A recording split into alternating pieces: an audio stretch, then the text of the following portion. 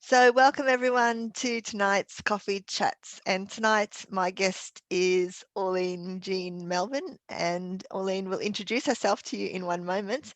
But just to let you know, we're doing a slightly different format tonight in that the questions are not being asked by me. Auline's going to ask me the questions tonight, but she also has a corporate background. So we've got quite a lot that we can talk about in the way of feminine leadership, feminine in the workplace, the experiences that we've had in corporate and all those things. So I'll just hand over to Auline. Hello. Hi there. Thank you very much, Marilyn, for letting me do this today. I'm quite excited about it. Yes, my name is Auline-Jean Melbourne. I did do many years in the corporate world as a pension consultant, but then a few years ago, finally decided after lots of personal development stuff, it was time to leave that behind and focus on my classical singing. And also I have another network marketing business as well. And so as Marilyn says, yes, lots of experience in the corporate world. And if it's okay, Marilyn, I'd like to start asking you some questions because I've had these questions on my mind since I knew I was going to do this. I've been Yep. what I, Let's do it. what I want to know Yep. is what is feminine leadership? What does it actually mean for you? Yeah.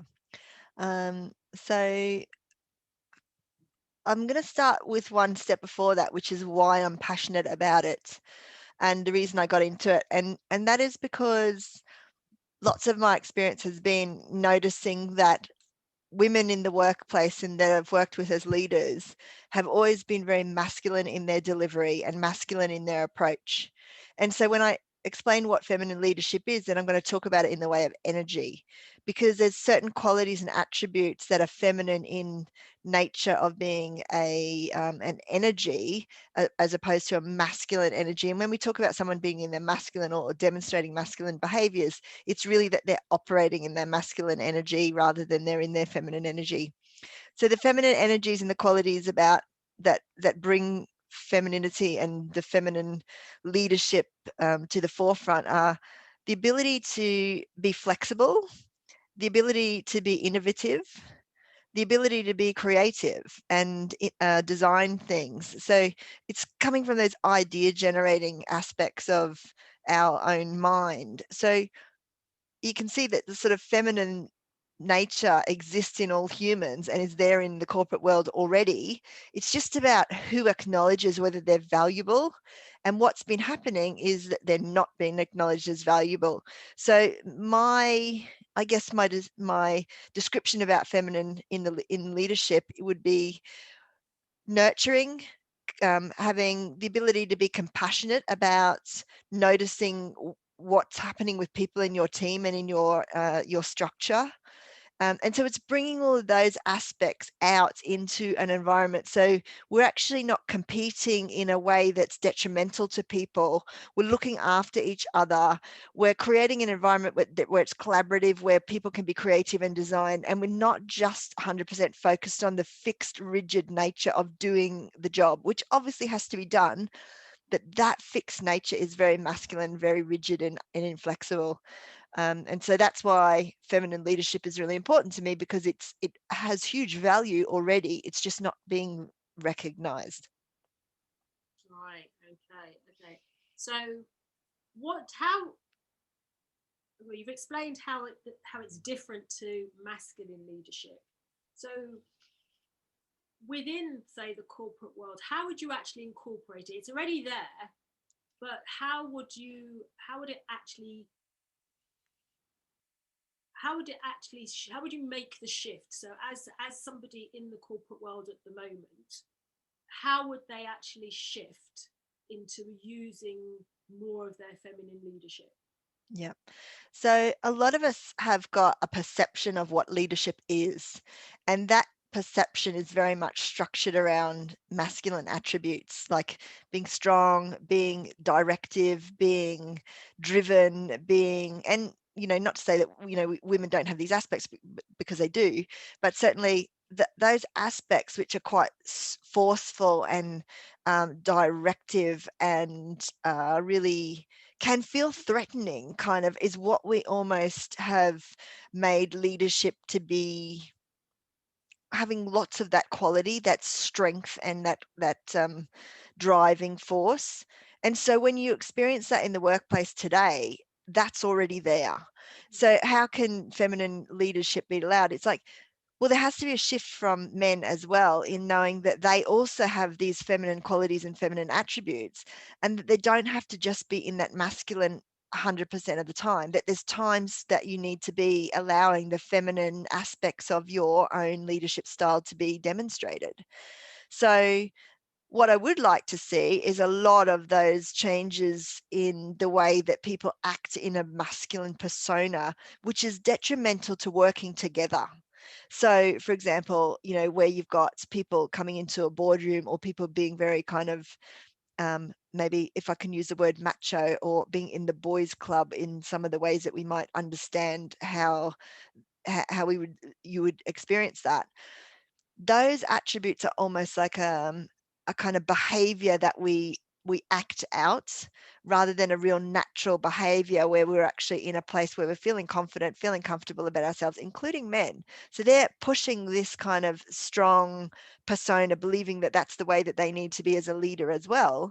But actually, it's not really the best way for us to go forward. Like, we learn so much about human nature, we learn so much about being collaborative, we learn so much about wanting to change the way businesses work and the world operates and all of these things, but actually having it applied is where it becomes more challenging, because maybe people don't know about it.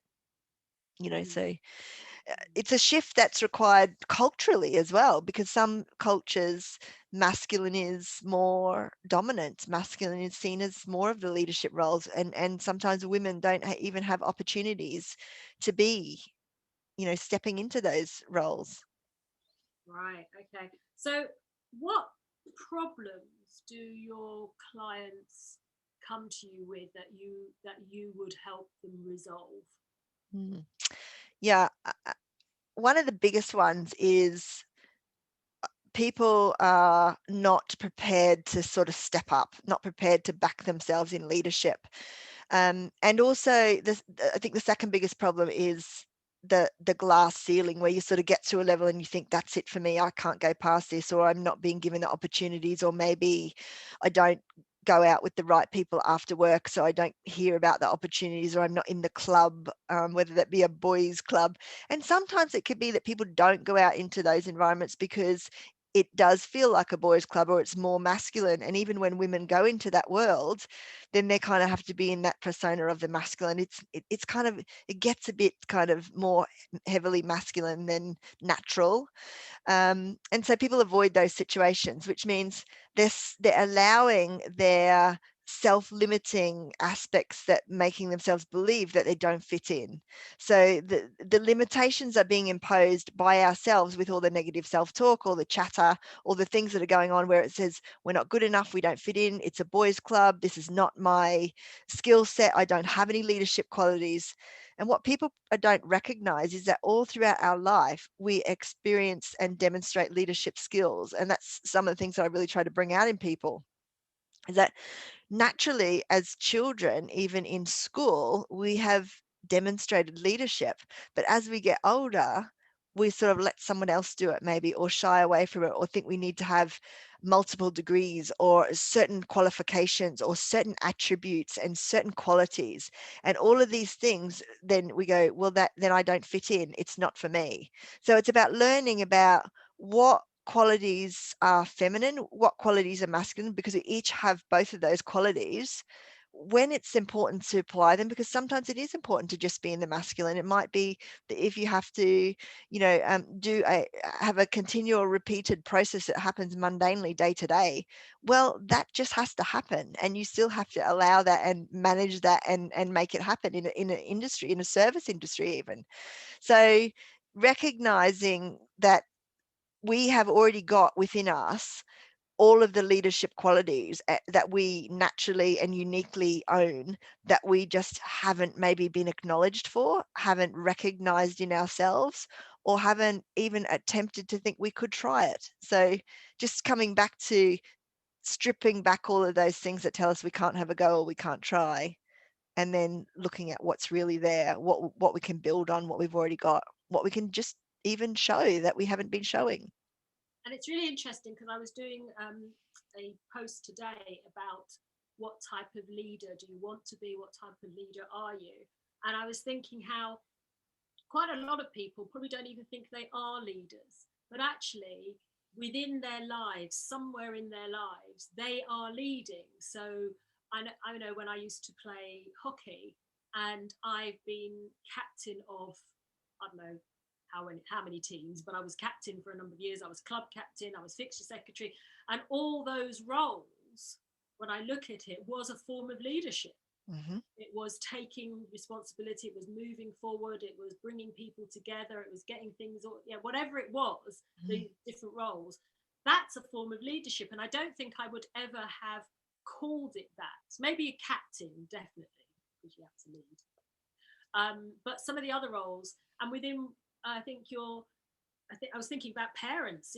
That's a leadership role. Mm-hmm. Yeah. So people might not think they're leaders, but somewhere in their lives, they're doing a little bit of leading. Yeah. But they just, as you say, don't acknowledge it, don't see it as leading, because it doesn't look like that corporate masculine structure. Or it doesn't have a title. Or it doesn't have a title, hasn't been given a title. Yeah, you're not captain. You haven't been told you're a captain. So you're not a leader. Yeah. You're not a CEO or a manager, so you're not a leader. Yeah, so we kind of have this concept that we think that that's leadership over there, not everything through our life that we've done. Because I love that you talked about the hockey, because that's part of what I bring up in some of the exercises in the workshop that I get people to go through in their lives.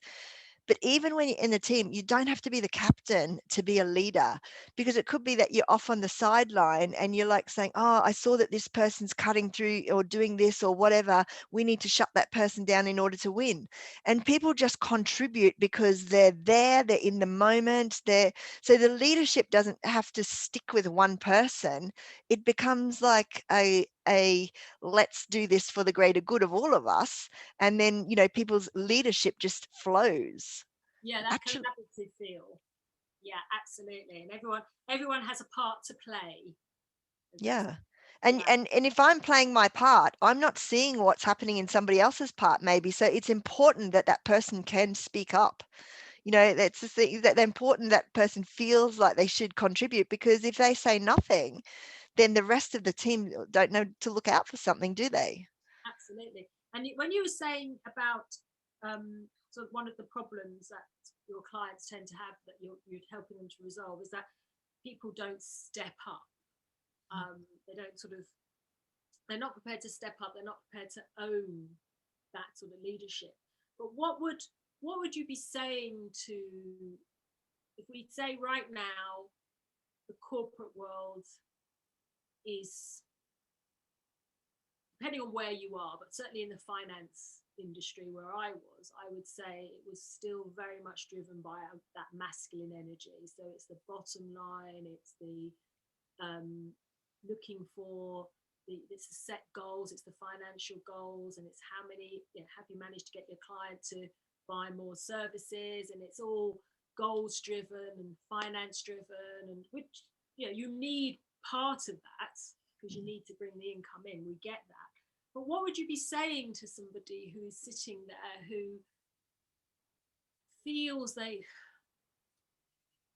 feel that they don't have that space, that safe space to say their bit or to contribute? How would you help them to sort of manage that and start to step up and decide, well, I have something to say. I am part, this, I can be a leader. I can express, I've seen something I need to contribute, and I'm going to. How do you help them shift into that space? Yeah, so that a lot of that comes down to there's something underlying in the surface, under the subconscious, saying that I either shouldn't speak up, or I feel like I'm going to be attacked, or I'm not in a place where I feel safe enough to talk, or I've never been given an opportunity. There's all sorts of conversations that are going on inside that have over time built up by repeating the same circumstances and making it feel much bigger than it really is. And so there's a real opportunity to overcome. And well, the first step is actually to start to become aware of what's holding you back. And that's, what are the behaviors, the thought patterns, the experiences that you've had in your life that have made you feel like you can't try again.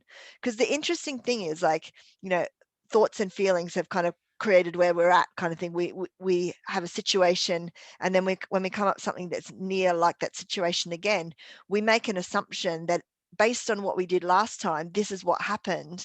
And then we repeat the same thing because we don't know any different, or we don't look for another opportunity, and we end up taking the same actions and end up repeating the same steps. So we then make that belief or that thought or that fear become stronger, because now we've got two experiences that say that was true because it happens twice. So part of learning about being able to step up is being able to learn about where those situations have felt like you've been held back and what was going on for you at the time. But then there's another piece that also says, every time I come up to a situation, this is the first time I've arrived at that situation. And so learning to not but rely on what happened last time, and looking then to see what is the possibility or what is the opportunity that I can take here different to what I did last time, because I want to have a different experience. And a really, really good example I use to try and get people to think about when we do this is, like, if you go on a holiday to a new destination, you never think of it as scary or I don't want to leave my hotel room. You're always thinking about it. Wow, I'm going to a new destination. I don't know what's there. I don't know what I'm going to find. I'm going to go out in the street and walk around, and I'm going to see what restaurants are there, see what things, like, how do these people live? So there's an excitement in going, what's here that I haven't already seen? And that's the thing, is like, we do that in a time when we go, oh, it's a holiday, I'm allowed to do that. But then when we're in the workplace, we go, no, I'm not allowed to have a new experience. It's just it's a thing we do to ourselves. We don't allow ourselves to experience something new. So we don't think that there's a different possibility, or that's a new experience that we can create each time we get to that situation where we go, I'm afraid here, or I don't know what to do. So really teaching people to go, well, you've done it before, exactly like we talked about in leadership. You've done it before. You've got a whole plethora of examples of where it's happened in your life, but you don't give yourself the credit and the acknowledgement. And similarly, when it comes to an experience where it's something that has been holding you back, it's also starting to recognize what's going on under the surface, and then what could you do differently? Like, so it's being able to stop in that moment and saying, oh, okay, I don't want to repeat the same thing. So then you've got a choice. Only when you do that pause can you say, oh, I can either go down the same road, or I can look at what else is here and see what I'm missing, what information's around me, what's available, what have I not tried? What could I try even? Maybe not what have I not tried, but what could I do differently, or what could I try? What does it look like as a possibility? And it's so easy to be stuck in the detail and thinking that there's only limited aspects of what we can and can't do. And then if you can just take a step back, take a breath, calm down, get into a place where you can engage your mind, that's your creative mind and your imagination, then you can start thinking of, oh, there's a blocker here, but how can I get around it? What can I do differently? That's really interesting, because I am one of those people who are making a number of these shifts. But when you can make this sort of comparison with the holiday and behaving differently at work, and giving yourself permission to see it as maybe interesting, exciting, and giving yourself the opportunity to have a different experience. I am one of those people that would say, hang on a minute, there's a big difference between me deciding to go on holiday somewhere, and it's not doesn't involve anybody else apart from me and friends maybe, so it's up to us how it's all going to work out. And quite frankly, it's a holiday, and if it's brilliant, if it's not, it's not going to no one's going to criticize us for how we have our holiday. We're just going to have our holiday. And there's a big difference between that and being at work in an office. Here's the consultants team meeting. and stuff's being said, and you saying something that might be contrary to what other people are thinking, and therefore there will be possibly a reaction, there'll be comments based on what you've said. So how do you sort of shift into that place of excitement when you're putting yourself in a space where you might, because again, as you say, that you don't actually know what's going to happen, but you're going to now do something different, but in front of people who might actually comment, let's say, negatively. They may disagree, they just disagree with you. How do you kind of bring in that excitement so that you're open to people disagreeing and it's not going to faze you? Yeah, well, you're right. It can be super scary when you're right in that moment. What I would recommend for somebody in that circumstance would be to just, get an opportunity to speak, however that happens in that particular meeting, and just say, well, it's interesting what I've heard here, but I'd like to propose a new idea, or I'd like to propose a new thought that's come to my mind. And I don't know whether people have thought of it before and it's already been discounted, but if if everyone's open to this, then I'll make this point, kind of thing. So it then sets the expectation of those people around you to listen and to go, you're not pushing the idea, you just want the space to say it, and you're not going to say, oh, I'm the first person that thought of it. So it's not going to get people's back up in thinking that you're changing, or people will automatically think, oh, I don't want to change the way I'm doing things, I want to be in my comfort zone. Some people are like that, that's how it is. And so yeah, it's really just also being able to just create that opportunity for yourself to say, I've got an idea. Would you be open to hearing it from me, kind of thing? Like, it's, something that I've thought of that might help, or it's something that I thought of that maybe we could consider to put it into the pipeline to make a change. Just introduce it in that way. Yeah, yeah, excellent. And what is it do you think people are experiencing, maybe before they even think about, they get to that space of it's about feminine leadership? What are they sort of experiencing? Why that they've got some sort of disquiet, something's not quite right, that if you heard them say certain things, you'd be thinking, yeah, you need to go into that feminine leadership. You're holding back. What sort of things would they be experiencing, or you'd be hearing that would trigger you to think, you feminine leadership? Well, I'm going to give you an example of when I did do that in one way, actually, because it just is, it's probably a really good example of that. And I probably just did it naturally in one way. I'm not really certain, but maybe as I talk it through, I'll come up with with how I did it. But I've done it on a number of occasions. So, like, for example, and I made a post about this the other day because it's one of the really exciting things about my career, where I had this lady who came to work for me in one role that I was doing. And I just needed some temps to do some data entry work for me in the particular role that I was doing. Just, we needed to sort out some records in a service management system so that the task could move out of being stuck and actually go forward. And somebody just had to take actions like checking the phone number or contacting the person to go, what's the, clarifying some information in order to put it out for someone to take action on it. And this girl worked for me, and I actually had, I think, 2 or 3 people at the time. And this girl was fabulous. She was the best at all of them. She was just really just got it. She knew what she was doing, and it was in an environment where she'd just arrived and had not had any real experience. It was only a short-term contract. I think it was like 2 or 3 months that they were hired for. And she was just really good at it. And so during that time, when it was coming up towards the end of the piece of work that they were doing, I was offered a role and asked to take on a procurement department. And so it's not my skill set. So my initial reaction was, no, I'm not interested. And then I did think about it over the weekend, and I went back to my boss the next day and said, you know what, I've changed my mind. Is that offer still open? I'd really like to do the role. And so I did, I took on the role.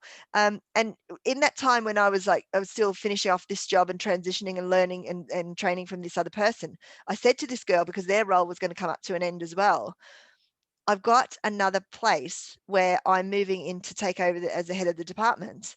And I do have to recruit new people in the team. And there's plenty of vacancies, and I'd love you to come and work for me. And she just said to me, well, I don't have any experience. I don't have any procurement experience.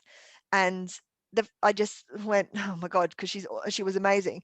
I said, bring me your CV. And I just sat down with her one day after work, just going through her CV, and just said, tell me about this role, tell me about this role, tell me about this role, just see what was there. Because often people don't recognize transferable skills. They think, I did that job and they were the skills, and now I'm doing this job and they're a different set of skills. And they don't think that these skills, go from job to job or from that industry to that industry. They just don't make that connection. And so I just got her to describe this job for me. And one of them was a job that she worked in this place in South Africa, and it was like an animal reserve or something of that style, where she had to organize and order all of the food for all of the animals, do all the stock controls to make sure there's lots of food there, order all the vaccinations and medicines or whatever veterinary supplies were required for the animals. And just there was a whole scenario of things that needed to be done, which meant ordering from supplier, getting a delivery, making payments, like everything specifically procurement related. Everything, like from one end of procurement to the final paying the bill end of procurement. It hadn't been called procurement in that role, had it? No.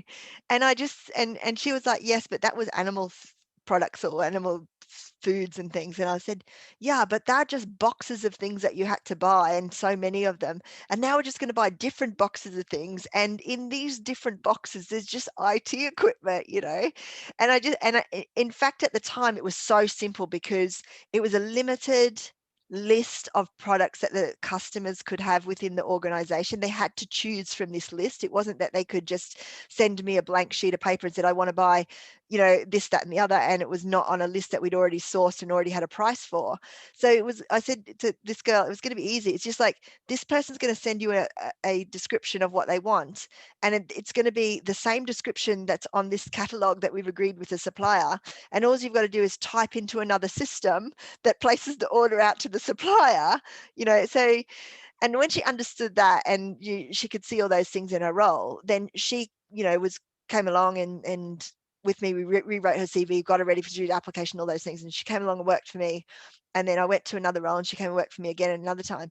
And she has now stepped into, over time, a senior vendor manager procurement leader role, working for up north in, like, last time I knew she was working for Asda. I'm not sure whether she still is, but she went from that data entry person thinking, I'm just doing a short-term contract here, to now being a fully fledged senior manager in the same job that I was doing.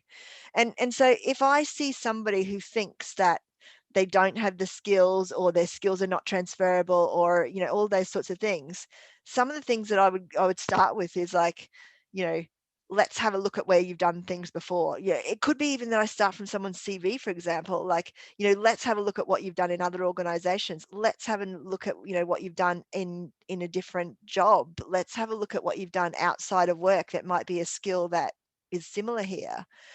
And also when I was managing those departments there, I used to come into the team and say, we've got this new job that we need to do for our customer. And this is sort of what it entails. This is the kind of description.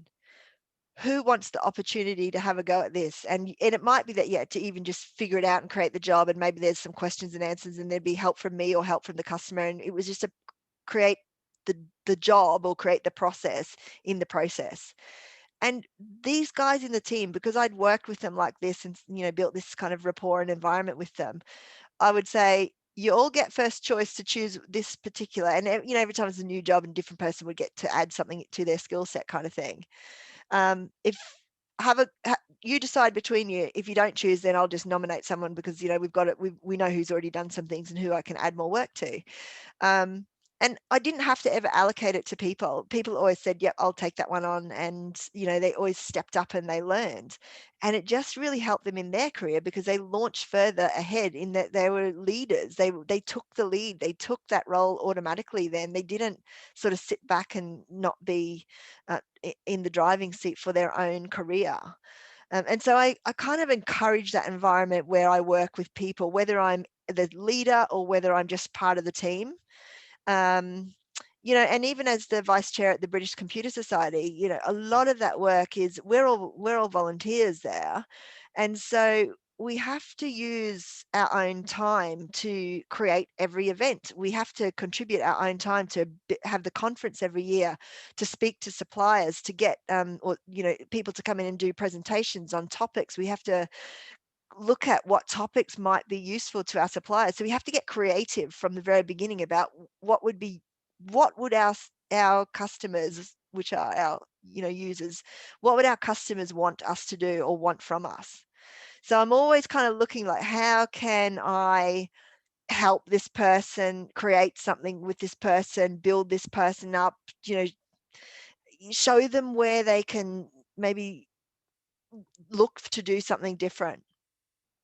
Yeah. So for you as a feminine leader, it's very much about supporting people to actually help them grow and to see where they can go on to be leaders. And so you don't have any of that, this might be the wrong phrase, but you don't necessarily have any of that sort of competitive fear of somebody being better than you or anything like that. So you, if you can help somebody grow and be the best, see their talents and use their talents, then for you, if they go on to be CEOs of multinational companies, as far as you're concerned, as long as they're doing what they should be doing, doesn't bother you. You're in fact very happy.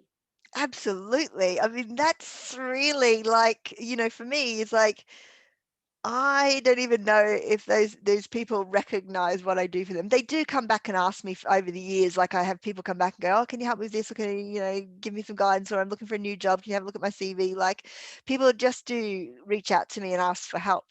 Um, and I do always help. I'm always like, willing to help those people because I know that they're investing in themselves. And I think that's the thing, is if somebody is in a hole and I reach out to them and try to pull them out of that hole, and then they choose not to take any action, I then do leave them be, as in they're either not ready, or they want to sit where they are, Yeah. or something's going on for them. But I mean, you know I don't try to drive people and push them to where they don't want to go. I will build them and help them to get into a better position or a better place. And I know, in coaching, some people might say, or in leadership, that you really should be pushing and stretching people. And that is pushing and stretching people by, helping them and supporting them as well, but not in that really aggressive way that stops them from trying or stops them from wanting to achieve. And I suppose that's my kind of nuances there. I like to encourage and empower and give people opportunities and help them see the opportunity, because I guess that's how I've been throughout my life. Like, I've either opportunities have come up and I've seen it, or managers have mentioned it, or whatever it might be, and then I've just not hesitated. I've gone for it. And so that's another thing, is like, often we just go, "Oh, well, I did hesitate once, actually. I mentioned that one when my boss said, 'Would you like to do this?' And I went, 'No.'" But easily we can all do that. So, but yeah, I guess it's really just, my satisfaction and pride. Like, if I can get someone to do something and teach them to do it, then, and this is, if anybody's listening to this, some people will go, "That's not how you operate, Mal." They might just say, "You want to do everything yourself and get it right." And I do have that kind of like attribute in me, where I like to have it done properly, and quality, etc. And so sometimes I have found it like not so easy to just hand off to somebody else who's a beginner, because maybe I'm short on time, or I want it done, or I just feel like I don't have time to Yeah. allow someone to grow. So that's the important thing, is really like, somebody let me do it. I do have to give the time and the patience to let people also have a go. Yeah, and I think it's, as you said earlier, it's getting this message across that feminine leadership and masculine leadership are both needed.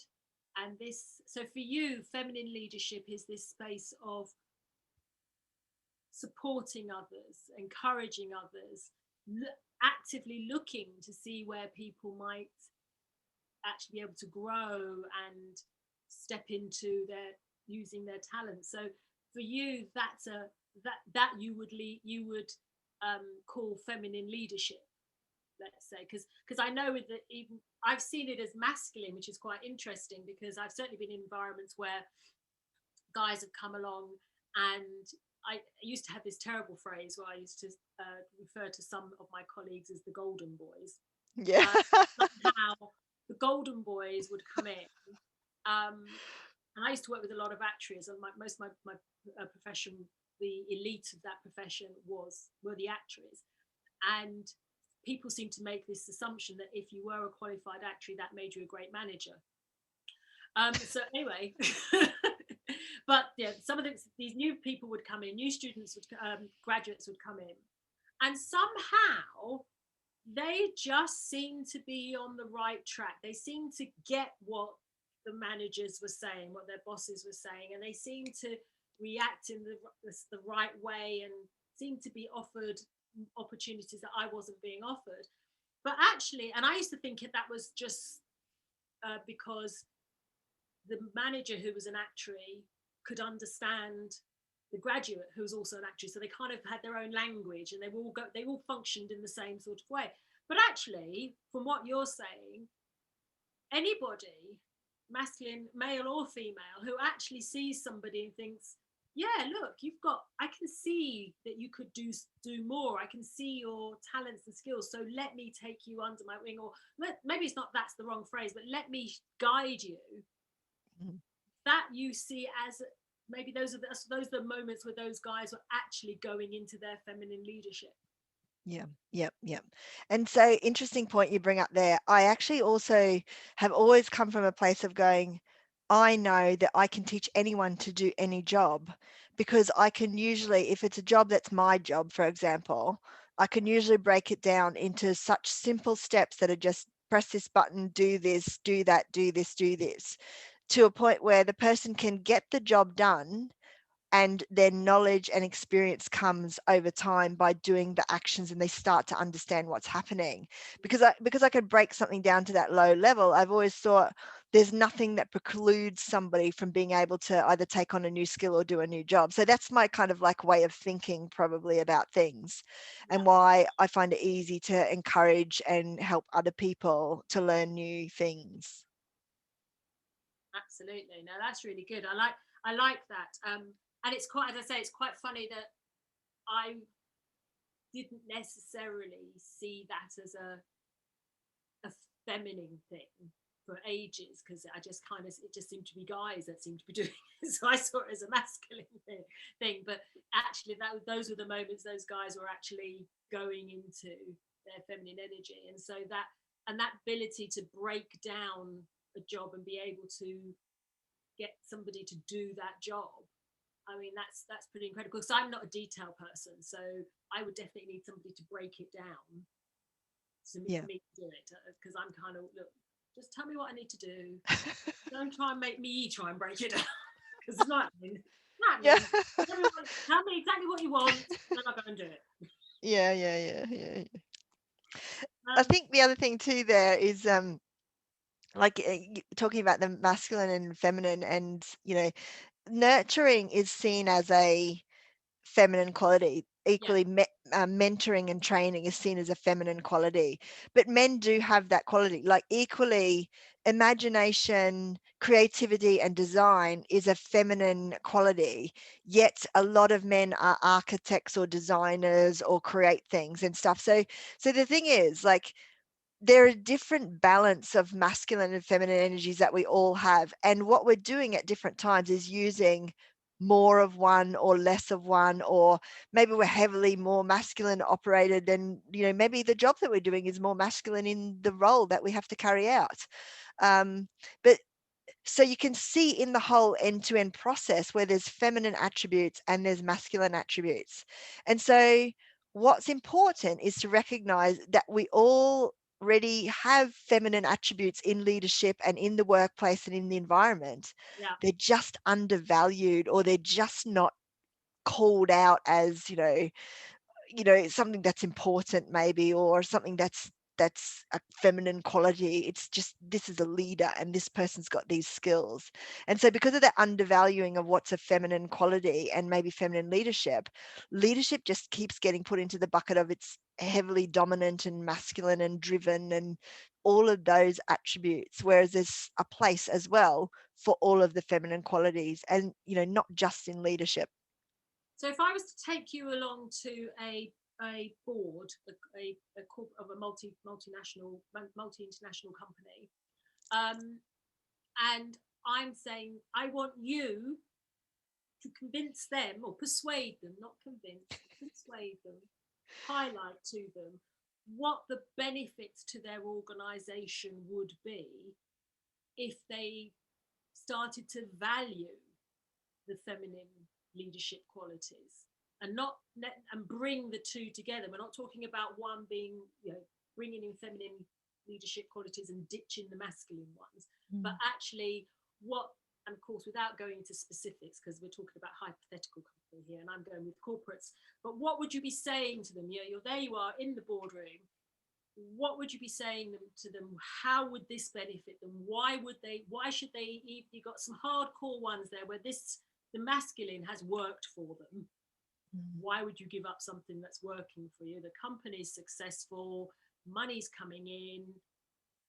Why, how much better? How could this benefit their company if they started to value the feminine leadership? I just use a case study of the last 12 months, basically, in that in that there have been a number of articles in the news and certainly in the BBC that talk about how female CEOs have and feminine qualities in leadership have been really important in navigating a massively changed environment like we've found ourselves in.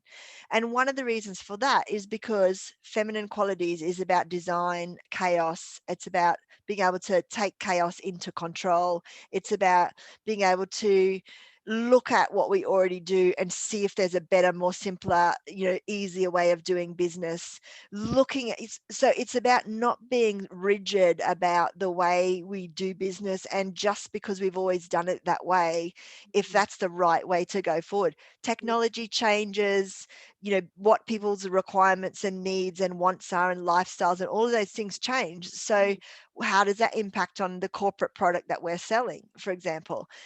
So everything changes. We've just been fixed in trying to make everything more rigid, and we try to get something that's moving and make it fixed, and get something that's moving and make it fixed. That's often what we're doing in our processes. Like, let's just take the variables out of things, and so we can just make it repeatable and make it simple. And so continuous improvement, which is actually probably a quality related to feminine leadership, because it's about looking at what we can do better or different or improve, gives you that opportunity to look at what you're already doing and not just accept it for what it is, or not just keep driving the way it is.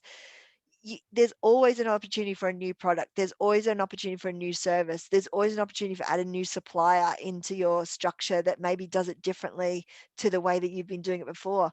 There's always a new something that the customer wants as well. And if you don't keep abreast of what everyone wants, their changing requirements, and you keep doing everything the way you've always did, the way it's always worked, the way the system is, the way the structure is, the way the world has been, then you miss out on opportunities, and maybe your business doesn't survive. So that's the risk that I would say to these board people, is that being rigid in a world where we change so rapidly, especially with technology, is not necessarily going to keep your business in the top, requirements, or top things that people want, the top needs, the top things. So you have to be constantly strategizing, evolving, innovating, looking at, being imaginative. What else could we do? Just don't stay stuck. Yes. Feminine qualities don't keep you stuck. They help you get around those blocks. Help you get around those blocks. So it's this idea that feminine leadership gives you can help you create a new vision. It can help you to keep evolving Yep. effectively. Yep. Okay. Innovate, design, create. What can we do differently? Does it have to still be the same way? I mean, a lot of organizations do it anyway. Like a technology comes along and they upgrade their platforms, and then the business systems don't necessarily fit. Like there is constantly change in everything that we do. It's just it's never been kind of attributed really to being the feminine and a feminine energy and a quality of feminine. And sometimes I think it's when companies do change, so like you say, the technology or whatever, it tends to, and I've only ever been a user, I've never been one of the people in the IT team, let's say, strategy team, or one of the senior managers in those teams. I've never been there. But sometimes the way it comes in, I find myself thinking it's a reaction as opposed to being proactive, as opposed to stepping back. And I think once in my pension consultancy career, because as a consultant, we had to complete timesheets, and they were always a pain. Were timesheets. People just did not like having to complete timesheets. And then one company I worked for, this was one of the rare occasions where I felt that somebody had clearly gone out there and thought, look, we have to do timesheets. What is out there to make doing timesheets a much easier, simpler process? And somebody had actually gone out there to look at what was there and brought in a system that, oh my goodness, I loved it. I remember, and okay, there were still people who would, don't like timesheets, whereas I was kind of like, no, I like this timesheet system. I'm quite happy to open up little boxes and press little box. I don't know what it was. It didn't take me that long to get on board. That's what I remember. But it was one of those rare occasions where we had a system that seemed to be working, but it didn't feel like it was coming from a reaction. Like, for instance, the old system had packed up and or was on its last legs, and someone's like, okay, we've got to get something. Somebody had actually been proactive about it and thought, let's think of a system that can take us, we can use for the next 10 years and is so much simpler than what we've got. So yeah, it always seemed to me that whenever there was an upgrade, it was more of a reaction rather than being proactive. Yeah. So yeah, it is valuing that, looking forward. Let's see what else is available. What could be out there if we take the blinkers off? Let's see what else is out there. So I've never thought about that. That's really interesting. Thank you very much for that. I didn't. Yeah, it's amazing how feminine leadership's always been there, but it needs, as you say, it needs to be valued. Yeah, as opposed to just always looking at the bottom line. Yeah, and the thing is, like, we are in a world that changes all the time. Like, if you think about, like, our whole lives, we are changing. Like, we're going to kindergarten and then to school, and then you change into a different high school, and you go to university or college or whatever it might be, and then getting a job, and then getting into relationships and marriages and divorces, and all sorts of things are changing throughout our whole life. Yet sometimes we think we don't like change. Like, even when people get married, they have a baby, like something changes, and that then you've got to go through the whole thing again, education for the child, la la la, the whole thing. Our everything changes in life, but people resist it. We think, I don't want to change, I want the same old systems as well. But I think it's funny you should use that example, because I think because I've been one of those that didn't like change. But I think the caveat to that is I don't like change that I didn't choose. Yes. Exactly. So a lot of people as you say, with the relationships, the marriage and the babies, people generally, if you did go down, I am choosing to marry you, we haven't made the decision to have a baby, you've made that choice. Once the baby arrives, it's all pretty reactive, I think.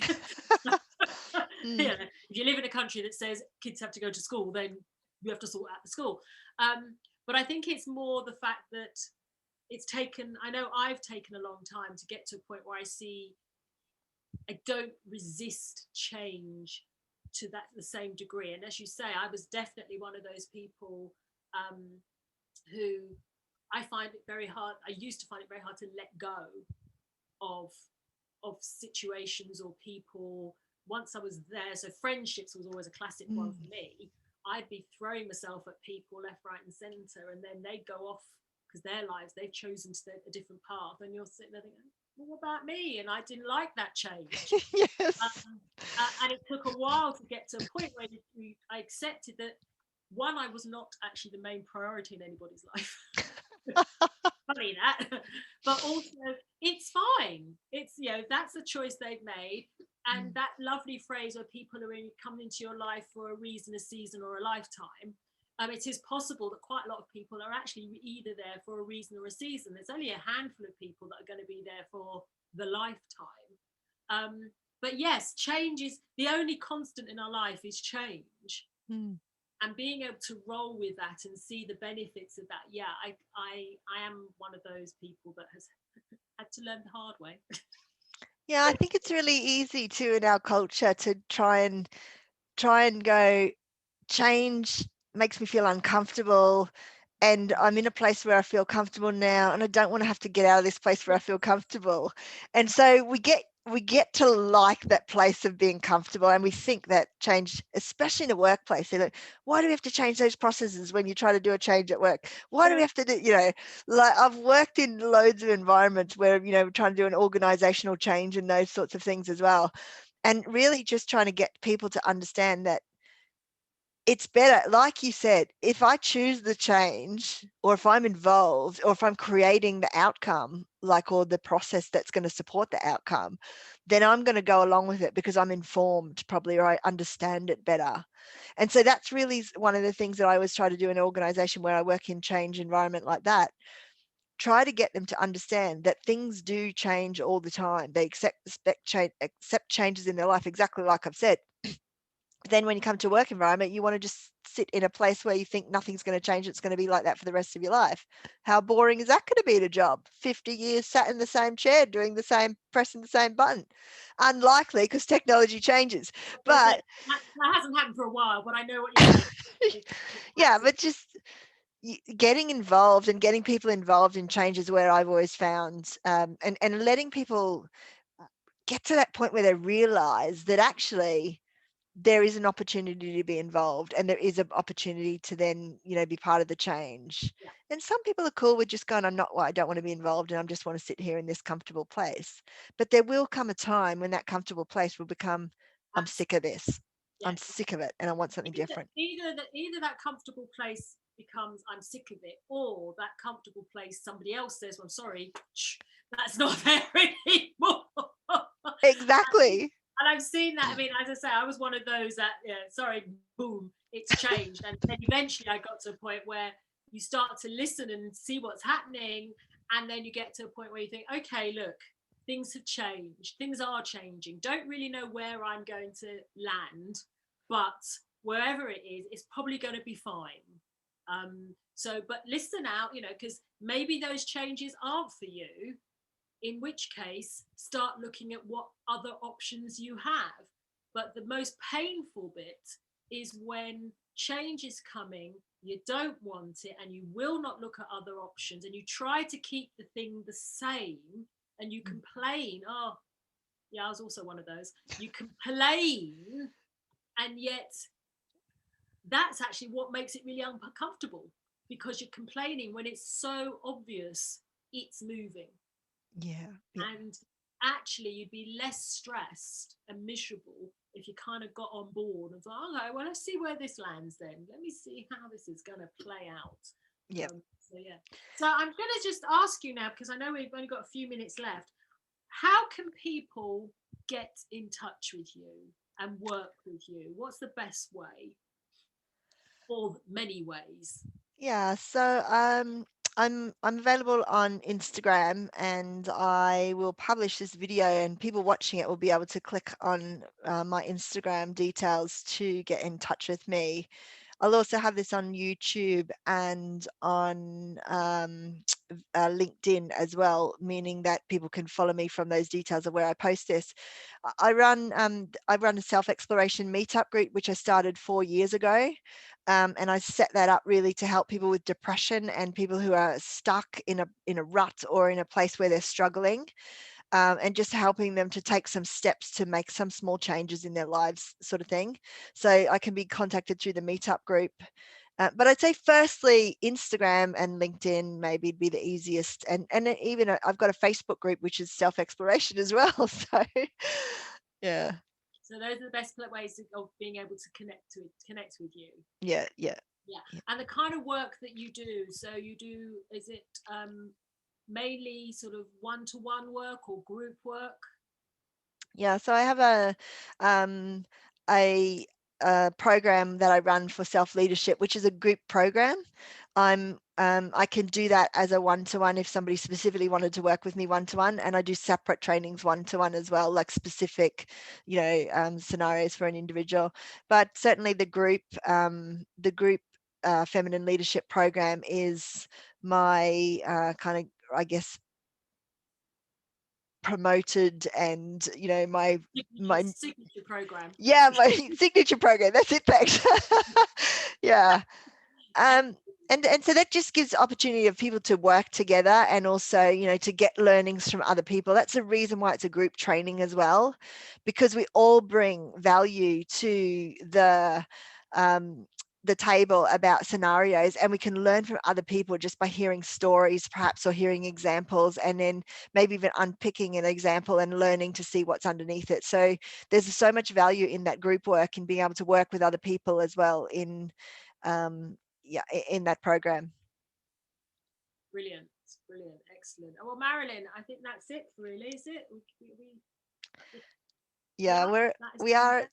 I hope you've enjoyed being interviewed. It's been great, because I haven't had to be the one looking at the questions and driving where it goes. It's been a really cool opportunity. I've loved it. Excellent. Yeah. It's been really good to hear it, and I've really enjoyed doing this. So if there's anything else you'd like to say before we say goodbye? There is one thing, and so I just wanted to just come back to you and thank you so much for agreeing to come on and interview me and help me with this feminine leadership aspect. But so you run your own business as a classical singer, and you invited me to your Christmas show, which was really wonderful. And so I know we talked about having you on here, and maybe we can do that still in the future about lots of what you do. But do you just want to tell people a little bit about your classical singing opportunities, like things that you can do for them at home in private environments and that sort of thing? Oh, thank you. Yes. Well, yes, absolutely. Because obviously we're in this situation, and many people have probably heard that, or are very aware that the entertainment world has taken a bit of a hit. So being able to go out to the theatre and go to live performances is just not happening at the moment, and there's a chance it won't happen for a while. And so what I have been offering is for people to, as I see this as a very rare opportunity, because in the past very few people would actually book a live entertainer to come into their home and perform for them for some sort of celebration. And now you can, to a large extent, you can do that. Good old technology, and because of the situation, you could actually hire people to come into your home via technology and perform for you. So Valentine's, I was doing there was private work there, just zipping in and singing for couples, which I thought was a fantastic idea. Birthdays, any sort of celebration. But we've got Mother's Day coming up, and on the 14th of March, and I'm kind of thinking it could be one. Well, I have to work out the details, but I'm thinking of putting on another musical show where it could be a gift for your mother, or somebody who you consider a mother, or those mothers that are listening, go get one of your kids to buy it for you as a gift, and actually attend a show on Mother's Day, because that's just something different. I mean, normally we go out to eat or something. Maybe other people do actually go to the theatre on Mother's Day. I don't know. I never have. I've always been at a restaurant with mine somewhere. But again, I just think it's one of those rare occasions where you can actually attend a show in your own home, which I think is actually a really fantastic idea. And I'm just really conscious of the fact that it's yes, it's a screen, and I would encourage people to make it more than just a screen. I would say, yeah, get dressed up. You know, don't just turn up in your PJs or your joggings, your leggings. I can't even speak. Your jogging bottoms or your leggings. Just actually make an effort and come along, and even bring in some gorgeous food. There's a couple of companies I've seen who do some sort of Michelin star type foods and stuff. Bring that in and actually make an event of it, and just do something special, because quite frankly right now we're a little bit we need something. We need entertainment, and a lot of people I think have realized just how much entertainment, the arts, how deeply woven it is into our beings. And so we are seriously missing this stuff right now. So my view is, for everybody, find, if it's not me, because I do classical singing, but I also do songs from old Hollywood musicals, if you love that sort of stuff. So, but if it's something else, if if there's any other type of music or kind of show, go online and look and see and book somebody and make a thing of it. And again, for birthdays or anniversaries, let's do. I encourage people to do it, because it will. Well, Marilyn, you came to my carol concert, and you weren't just sitting at home. I know, but did you feel that it made a bit of a difference to that day? Do you know, I loved it. And the reason why I loved it is I don't often go out to carols, and I actually love the fact that I could be sat in my own place. I could be comfortable. I could be warm. I'm not standing out in the street corner somewhere. I could have either a hot chocolate or a glass of wine. And so for me, it was ideal. It's like, this is happening at home, and this is someone I know. And you're such a beautiful singer. So I really, really enjoyed your show. And which is why, I ask you to say something about it, because I highly recommend people to book and have a Mother's Day. That's such a lovely idea, to do a Mother's Day at home, because I just think now, what else can you do with your mother? It's like a perfect thing to do. Just, Mum, let's have a show at home. Like, how delighted would your mum be? Well, hopefully. And I think also because of my parents' health issues, I'm actually part of my parents' care bubble, so to speak. So I have been seeing my parents, because I've been going over there to actually help them out. But I am very aware, again, there's a lot of people out there who are not seeing their parents, who would have been there for Christmas, or who would have invited them down, or gone up for Mother's Day, or done something with their mother, with their parents. And so I kind of think to myself, well, how about you buy something like this as a gift for your mother, and you come along as well? So you're both on Zoom. It's like going to a show together. Yes. And I know, it's as close as we're going to get, going to a live show together. So I would say, that make it a gift for your mother. I do accept that for Mother's Day, for some people, it might be a bit difficult time. But again, if it is a difficult time, that's also when maybe to do something that's really uplifting. So again, obviously, of course, I will say, come listen to me singing, because I'm sure you'll enjoy it. But if it's not me, do something extra special, like a live entertainment, to just uplift your spirits. Yeah. Perfect. Create something new. That's feminine leadership. Create something new. Create a new experience. Absolutely. Yes. That's my takeaway. Wonderful. Okay, thank you. Thank you so much, Marilyn. I'll see you again soon. Yes. Okay.